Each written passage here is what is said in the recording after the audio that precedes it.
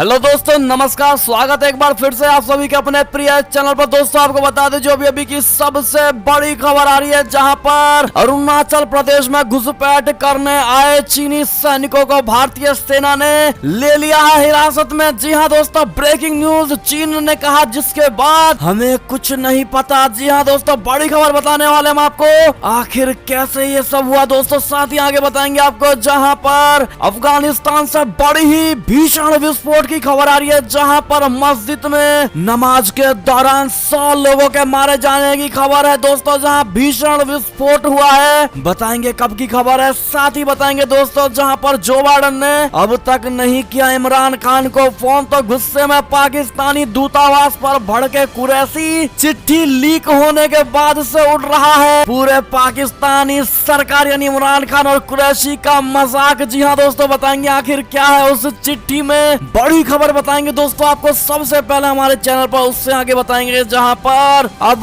तालिबानियों के हाथ नहीं आएगी एक भी फूटी कौड़ी। जी हां दोस्तों, अफगानी नागरिकों पर आसमान से सीधे बरसेगा पैसा। जी हां दोस्तों, क्या है खबर, इसकी पूरी जानकारी देंगे दोस्तों। एक एक अफगानी नागरिकों जिनको जरूरत है उन पर पैसा बरसेगा कैसे, बड़ी खबर बताएंगे दोस्तों आपको। साथ ही आगे बताएंगे जहां पर कश्मीर में हत्या के मामले में अब तक 300 लोगों को हिरासत में ले लिया गया है दोस्तों, और अमित शाह जी ने खुद एलजी को दिल्ली बुलाया है। बड़ी खबर बताएंगे आपको।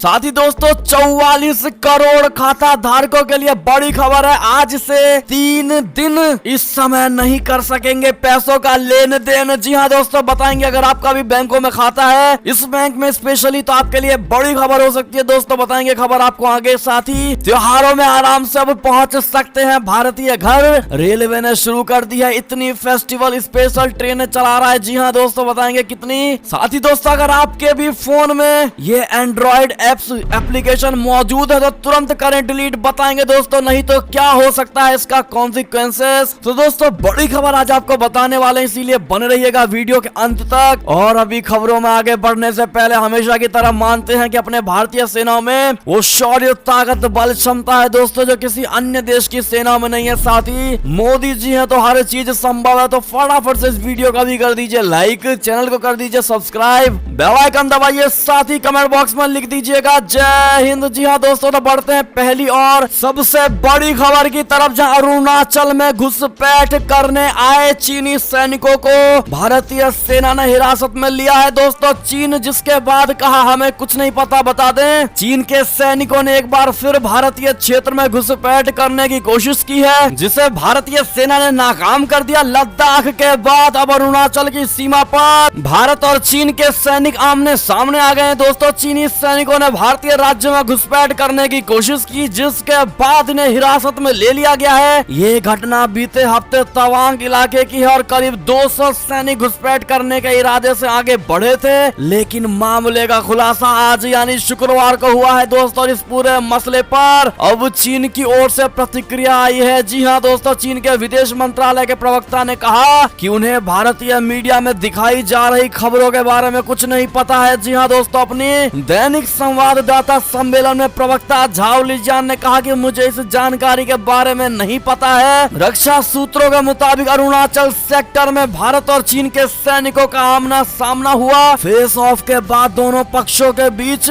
घंटों तक बातचीत चली है दोस्तों, फिर मौजूदा प्रोटोकॉल के तहत तनातनी को सुलझाया गया। इस दौरान किसी तरह के नुकसान की खबरें नहीं आई है। जी हाँ दोस्तों, बड़ी बात, बड़ी खबर आपको बता दें कि चाइना जो है अरुणाचल प्रदेश को दक्षिणी तिब्बत का हिस्सा मानती है। उसके इस दावे को भारत झूठा बताता है दोस्तों, जो कि सच भी है। चीन इसी तरह के दावे दुनिया को दूसरे क्षेत्रों में भी करता है। कभी वो पूरे दक्षिण चीन सागर को अपना बताता है, तो कभी नेपाल के बहुत से इलाके को अपना कहता है। लद्दाख में शुरू हुए विवाद के बाद से दोनों देशों के बीच बातचीत हो रही है दोस्तों, और दोनों सेनाओं के बीच जारी गतिरोध को हल करने के लिए कई दौर की कूटनीतिक और सैन्य बातचीत विफल रही है दोस्तों। और ऐसे में बातचीत से मामला सुलटने की कोशिश हो रही है, लेकिन दोस्तों चाइना फिर भारी घुसपैठ करने की कोशिश कर देता है। लेकिन सब में बड़ी बात दोस्तों कि ये भारत है, ताइवान नहीं, जहां पर तुम अंदर घुस करके और बिना पकड़े बाहर निकल जाओगे। जी हाँ दोस्तों, इन सभी घुसपैठियों को भारत ने हिरासत में ले लिया है दोस्तों। बड़ी खबर, नोट करने वाली बात। अब ये देखना होगा दोस्तों कि चाइना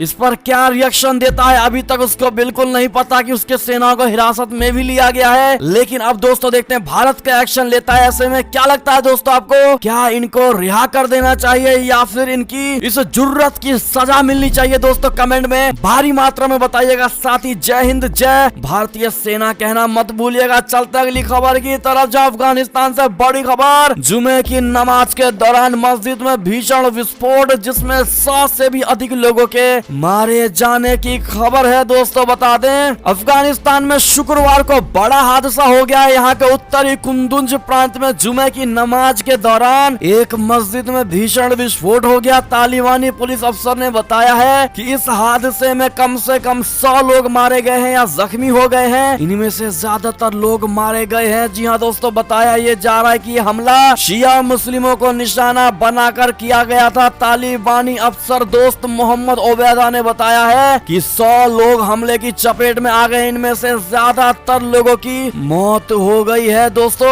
बढ़ते अगली बड़ी खबर की तरफ, जहां पर जो बाइडेन ने अब तक नहीं किया इमरान को फोन, जिसके गुस्से में पाकिस्तान दूतावास पर भड़के कुरैशी चिट्ठी लीक होने के बाद से उड़ रहा है मजाक। जी हाँ दोस्तों बता दें, साथ ही आपको चिट्ठी भी दिखाएंगे। दोस्तों हम बता दें, अमेरिका का राष्ट्रपति बनने के बाद से जो बाइडेन ने अब तक पाकिस्तान के प्रधानमंत्री इमरान खान को फोन तक नहीं किया, आप सभी जानते होंगे दोस्तों। और आपको ये भी बता दें कि इस मुद्दे पर पाकिस्तान में लगातार बहस चल रही है, क्योंकि अमेरिकी राष्ट्रपति ने जनवरी में कार्यभार संभालने के बाद से अब तक भारतीय प्रधानमंत्री नरेंद्र मोदी सहित दूसरे एशियाई देशों के राष्ट्राध्यक्षों को न केवल फोन किया है बल्कि आमने सामने की मुलाकात भी की है दोस्तों। और यही सबसे बड़ा कारण है कि पाकिस्तान इस मामले में लगातार जल भुन रहा है। बीते दिनों इमरान खान ने जो बाइडेन को बिजी व्यक्ति कहकर नाराजगी जताई थी। अब इसी मामले में पाकिस्तान के विदेश मंत्री शाह महमूद कुरैशी अमेरिका स्थित पाकिस्तानी दूतावास पर भड़क उठा है। जी हाँ दोस्तों, कुरैशी ने दूतावास को एक चिट्ठी लिखी है। दोस्तों हम आपको चिट्ठी दिखाना चाहेंगे, आप देख पा रहे होंगे। बता दें, सोशल मीडिया पर यह चिट्ठी लीक हो गई है दोस्तों। इसके बाद से दुनिया भर में पाकिस्तान का मजाक उड़ाया जा रहा है। इस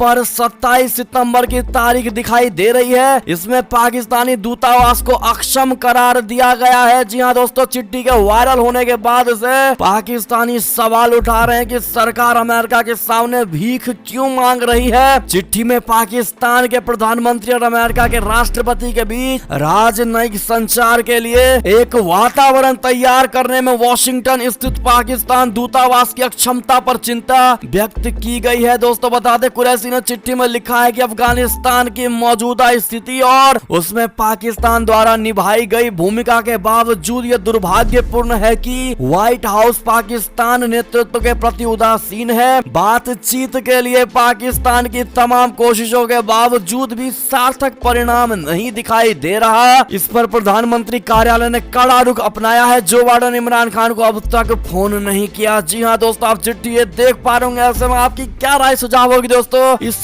पाकिस्तानी बौखलाहट को लेकर, बताइएगा जरूर। देखते हैं क्या कहती है भारत की जनता। साथ ही बढ़ते हैं अगली खबर की तरफ। लेकिन दोस्तों इस वीडियो को जिन भाई और बहनों ने अभी तक लाइक नहीं किया, कृपया करके एक लाइक जरूर कर दीजिएगा हमारी मेहनत को सफल करने के लिए। बात करें अगली खबर की, तो तालिबान के हाथ नहीं आएगी एक भी फूटी कौड़ी, अफगानियों पर आसमान से सीधे बरसेगा पैसा। बता दें, तालिबान ने भले ही अफगानिस्तान में सरकार बना ली हो, लेकिन ये संगठन देश चलाने की चुनौतियों को लेकर संघर्ष कर रहा है। कुछ समय पहले ही संयुक्त राष्ट्र की एक रिपोर्ट सामने आई थी कि अफगानिस्तान में 2022 के अंत तक 97% लोग गरीबी रेखा के नीचे जा सकते हैं। इसके अलावा कुछ ऐसी भी रिपोर्ट थी जिनमें लोग अपने घरों का सामान बेचकर खाना खरीदने जैसे मुश्किलों हालात से जूझ रहे हैं। इसी बीच अफगानिस्तान को लेकर पश्चिमी देश ऊहापोह की स्थिति का सामना कर रहे हैं। वे अफगानिस्तान के लोगों की मदद तो करना चाहते हैं, लेकिन तालिबान के साथ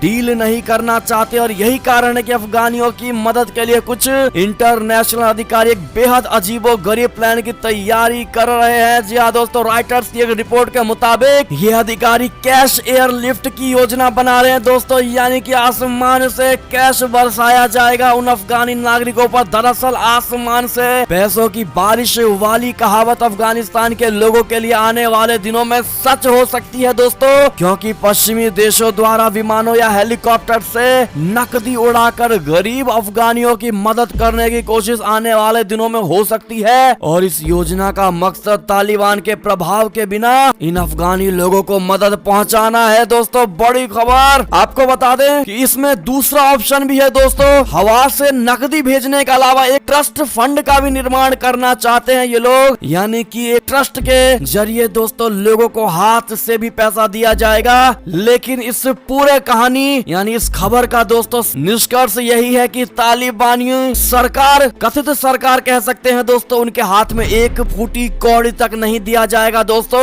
जरूरतमंदों तक पैसा दिया जाएगा। अगर आप भी मानते हैं नीति सबसे बढ़िया है तो हम इसकी सराहना करते हैं, ये कहना मत भूलिएगा। बढ़ते हैं अगली खबर की ओर, जहां पर कश्मीर से बड़ी खबर, जहां हत्या के मामले में अब तक 300 लोगों को हिरासत में ले लिया गया है दोस्तों, और खुद अमित शाह जी ने एलजी को दिल्ली बुलाया है। बता दें श्रीनगर में पिछले दिनों आतंकवादियों ने यहाँ के कश्मीरी पंडित, फार्मासिस्ट समेत अन्य लोगों पर गोलियां चलाकर उनकी हत्याएं कर दी थी। इसके साथ ही आतंकवादियों के निशाने पर और भी नागरिक हैं दोस्तों, और टारगेट की गई हत्याओं को रोकने के लिए कश्मीर पुलिस ने अब सख्ती दिखानी शुरू कर दी और तेजी से सर्च ऑपरेशन जारी कर दिया है। पुलिस ने जम्मू कश्मीर 300 से ज्यादा लोगों को हिरासत में ले लिया है दोस्तों। बता दें तो वहीं केंद्रीय गृह मंत्री अमित शाह जी ने घाटी में लक्षित हत्याओं के संबंध में जम्मू कश्मीर के एलजी मनोज सिन्हा को आज दिल्ली में मिलने के लिए बुलाया है। आपको बता दें पुलिस द्वारा की गई इस कार्यवाही पर स्थानीय नागरिकों में बहुत आक्रोश और वो जमकर इसका विरोध कर रहे हैं। जी हाँ दोस्तों, चलते अगली खबर की तरफ, जहां रूस, चीन, भारत, ईरान और पाकिस्तान करेंगे अफगानिस्तान पर वार्ता, तालिबान भी होगा शामिल। जी हाँ दोस्तों, बड़ी अटपटी खबर आप सभी के लिए बता दें, अफगानिस्तान पर अंतर्राष्ट्रीय वार्ता में भाग लेने के लिए रूस तालिबान को निमंत्रण देने जा रहा है। चीन, भारत, ईरान और पाकिस्तान की भागीदारी वाली ये अहम बातचीत इसी महीने की 20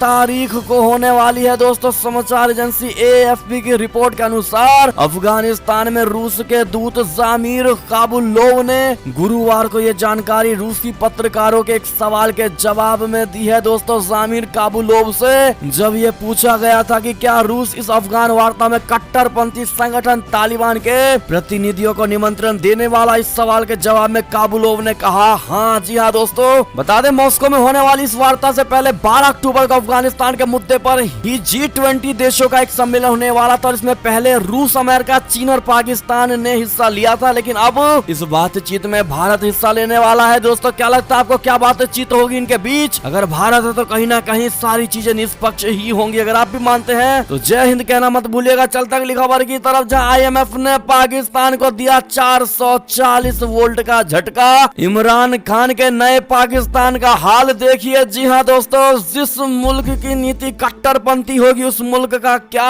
हाल हो सकता है वो आप पाकिस्तान की स्थिति देखकर काफी आसानी से समझ सकते हैं दोस्तों। पाकिस्तान में $1 का वैल्यू 171 पाकिस्तानी रुपया के बराबर हो चुका है। और ऐसे में आप पाकिस्तान में महंगाई की क्या स्थिति हो सकती है इसका अंदाजा काफी आसानी से आप लगा सकते हैं दोस्तों। दूसरी तरफ पाकिस्तान कर्ज के पैसों पर पलता है, लेकिन इस बार IMF ने पाकिस्तान को बहुत जोर का करंट दिया है दोस्तों। बता दें क्या है खबर, अंतरराष्ट्रीय मुद्रा कोष यानी IMF ने पाकिस्तान से बिजली शुल्क बढ़ाने की मांग की है। पाकिस्तानी मीडिया ARY न्यूज के मुताबिक IMF अधिकारी और पाकिस्तान के बीच $1 बिलियन अमेरिकी डॉलर की ऋण किस्त जारी करने के लिए वर्चुअल बातचीत की गई है दोस्तों। बता दें IMF ने कहा है कि बिजली की दरों में 1.40 रुपए प्रति यूनिट की बढ़ोतरी की जानी चाहिए। जी हाँ दोस्तों, मरते को और मारने की कोशिश की जा रही है, लेकिन मरता तो खुद से मर रहा है दोस्तों, अपने कर्मों से मर रहा है। आप भी जवाब जरूर दीजिएगा, देखते हैं क्या कहती है भारत की जनता। साथ ही अगली खबर की बात करें तो अफगानिस्तान में अमेरिकी सैनिकों पर हमला करने वाले तालिबान के कमांडर पर अमेरिका ने तय कर दिए हैं आरोप। जी हाँ दोस्तों, अमेरिका ने गुरुवार को तालिबान के पूर्व कमांडर को सजा सुनाई है और इस तालिबानी कमांडर को साल 2008 में अमेरिकी सैनिकों की हत्या करने और आतंकवाद से जुड़े आरोपों के सिलसिले में सजा सुनाई गई है दोस्तों। बढ़ते अगली खबर की तरफ, जहां भारत पाकिस्तान में लड़ाई करवाकर अरुणाचल प्रदेश पर कब्जा करेगा चाइना। जी हाँ दोस्तों, ये सवाल नहीं वाकई में जवाब है दोस्तों। दोस्तों आपको बता दें कि चाइना ने अपने बॉर्डरों पर पाकिस्तानी सेना को उतारा है दोस्तों, वो भी इसलिए कि अगर युद्ध होता है या कुछ भी झड़प होती है तो पाकिस्तानी सेनाओं को आगे किया जाएगा और भारत के साथ झड़प होगी तो पाकिस्तान बौखलाएगा और पाकिस्तान से जब लड़ाई होगी तो दूसरी तरफ से चाइना दोस्तों अपना गेम खेलता नजर आएगा और अरुणाचल प्रदेश पर कब्जा करने की कोशिश करेगा। यानी भारत और पाकिस्तान में युद्ध करवा करके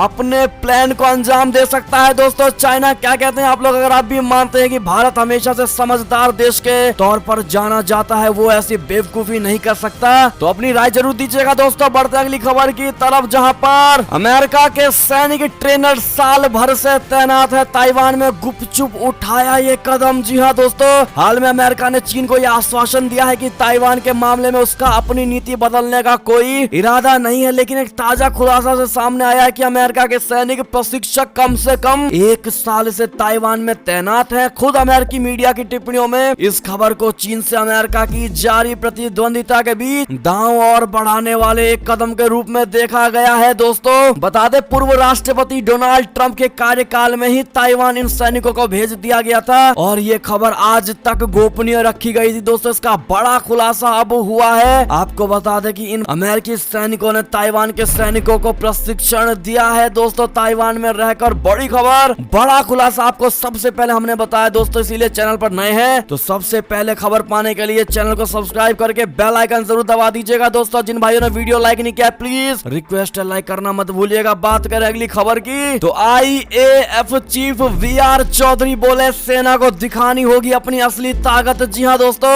भारतीय वायु सेना कल यानी शुक्रवार को अपना 89वां स्थापना दिवस मना रहा है और इस मौके पर भारत के राष्ट्रपति रामनाथ कोविंद और प्रधानमंत्री नरेंद्र मोदी जी ने एयरफोर्स के जाबाजों को सैल्यूट किया है। तो वहीं गाजियाबाद के हिंडन एयरबेस पर IAF ने यानी इंडियन एयरफोर्स ने वर्षगांठ के अवसर पर साल 1971 में हुए भारत पाकिस्तान युद्ध की विजय गाथा को आसमान में दर्शाया। आपको बता दें कि भारत पाकिस्तान युद्ध के 50 साल पूरे होने पर भारतीय वायुसेना इस साल विजय वर्ष के तौर पर मना रही है और इसी वर्ष के तौर पर IAF के चीफ VR चौधरी ने कहा कि हमारी भारतीय सेनाओं को लद्दाख पर भी ये ताकत दिखानी होगी, यानी असली ताकत दिखानी होगी, जिससे चाइना को भी पता चले कि भारत आखिर क्या है। जी हाँ दोस्तों, ऐसे में आप भी उनके IAF के 89th एनिवर्सरी के लिए कांग्रेचुलेशन और सैल्यूट करना मत भूलिएगा। चलते अगली खबर की तरफ, जहां पर भारत की सख्ती के आगे झुका ब्रिटेन। कोविशील्ड लगवा चुके भारतीयों को क्वारंटाइन से दे दिया इसने छूट। जी हाँ दोस्तों,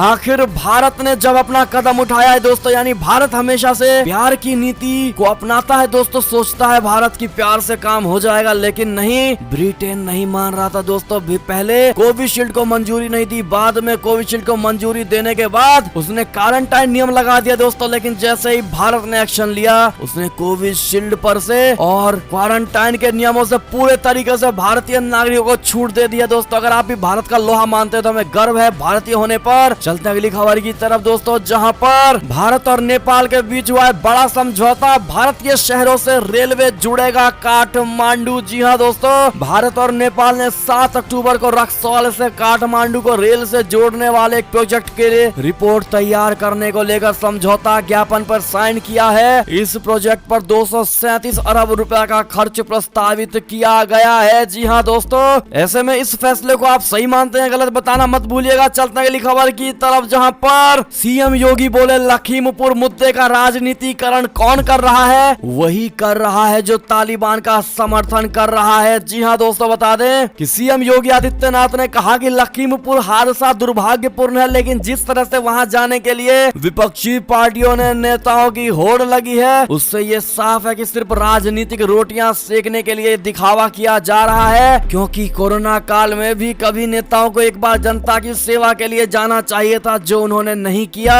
और अब राजनीति रोटियां सेकने के लिए बड़े बनने की कोशिश कर रहे हैं। जी हाँ दोस्तों, साथ ही उन्होंने कहा कि लखीमपुर का राजनीतिकरण करने वालों को तालिबान का आईना दिखाना चाहिए। देश के अंदर लखीमपुर मुद्दे का राजनीतिकरण कौन कर रहा है? वही जो काबुल में तालिबान का समर्थन कर रहे हैं। क्या कहते हैं आप लोग दोस्तों, योगी जी के बात का समर्थन करते हैं नहीं? बताइएगा जरूर। बात करें अगली खबर की तो 68 साल बाद एयर इंडिया की हुई घर वापसी, रतन टाटा बोले वेलकम बैक एयर इंडिया। बता दें शुक्रवार को सरकार की ओर से इस बारे में आधिकारिक ऐलान किया किया गया है कि टाटा सन्स की इकाई टेलेस प्राइवेट लिमिटेड ने 18,000 करोड़ रुपए के साथ एयर इंडिया की नीलामी जीत ली है दोस्तों। यानी सरकारी स्वामित्व वाली एयर इंडिया करीब 68 साल बाद फिर से टाटा समूह के पास लौट आई है। इस पर आपकी क्या प्रतिक्रिया होगी बताना मत भूलिएगा। देखते हैं क्या कहती है भारत की जनता। साथ ही दोस्तों SBI खाता धारकों के लिए बड़ी खबर, आज से 3 दिन इस समय नहीं कर सकेंगे पैसों का लेन देन। बता दें देश के सबसे बड़े सरकारी bank state bank of India ने अपने 44 करोड़ खाता धारकों के लिए अहम जानकारी साझा की है। बैंक ने ट्वीट करके SMS भेजकर ईमेल के जरिए करोड़ों खाता धारकों को जानकारी दी है कि आज यानी 9 अक्टूबर से अगले 3 दिनों के लिए वो बैंकिंग लेन देन नहीं कर पाएंगे। बैंक की ओर से इसकी जानकारी ग्राहकों को दी जा रही है ताकि लोगों को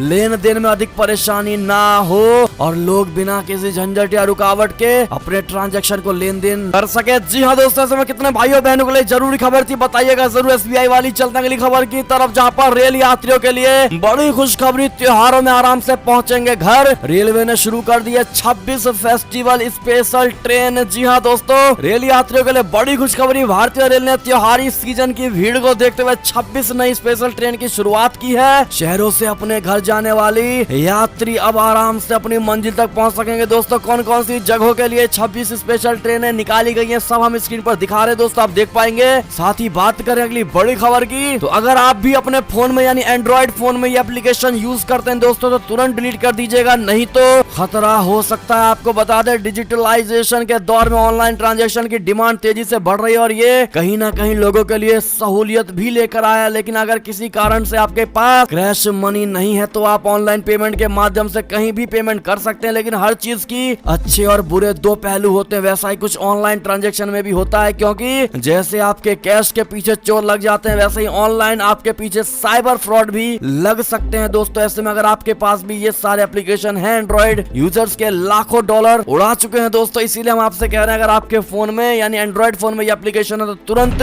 डिलीट कर दीजिएगा। वो सारे एप्लीकेशन है जिसको गूगल ने बैन कर दिया है दोस्तों, आप देख पा रहे होंगे। ऐसे में अगर आपके फोन में है तो डिलीट तुरंत करिएगा दोस्तों। साथ ही अगली खबर की बात करें तो RBI ने किया है बड़ा ऐलान, जल्द ही बिना इंटरनेट के भी आप कर सकते हैं डिजिटल पेमेंट। जी हाँ दोस्तों, इसकी खबर हम आपको कल बताएंगे पूरी डिटेल में। साथ ही दोस्तों आपको हम अगली खबर में बताएंगे जहाँ इस तरह ट्रेन टिकट कैंसिल कराने पर आपको तुरंत रिफंड हो जाएगा पैसा, तुरंत। यानी दोस्तों अब आप जैसे ही टिकट कैंसिल करेंगे आपको तुरंत के तुरंत अकाउंट में पैसा आएगा। जी हाँ दोस्तों, पहले 7 से 8 दिन लग जाते थे पैसा रिफंड आने में, लेकिन अब तुरंत के तुरंत मिलेगा। कैसे, इसकी भी जानकारी हम आपको देंगे दोस्तों अगली बड़ी खबर में, इसीलिए तब तक के लिए बने रहिएगा हमारे साथ दोस्तों। और ये थी अब तक की सारी बड़ी खबरें। आपको हमारी खबरें कैसी लगी, आशा करता हूँ बहुत अच्छी लगी होगी। अगर थोड़ी भी अच्छी लगी है दोस्तों तो इस वीडियो को भी अपने भाई बंधुओं में व्हाट्सएप, फेसबुक, ट्विटर के जरिए पूरे भारत में शेयर करना बिल्कुल मत भूलिएगा दोस्तों। और अभी कर दीजिए इस वीडियो को लाइक, चैनल को कर दीजिए सब्सक्राइब, बेल आइकन दबाइए, साथ ही कमेंट बॉक्स में लिख दीजिएगा जय हिंद जय भारत। तो मिलते हैं आपसे अगली बड़ी खबर में, तब तक के लिए अपना ख्याल रखिएगा दोस्तों। बहुत बहुत धन्यवाद बने रहने के लिए। जय हिंद।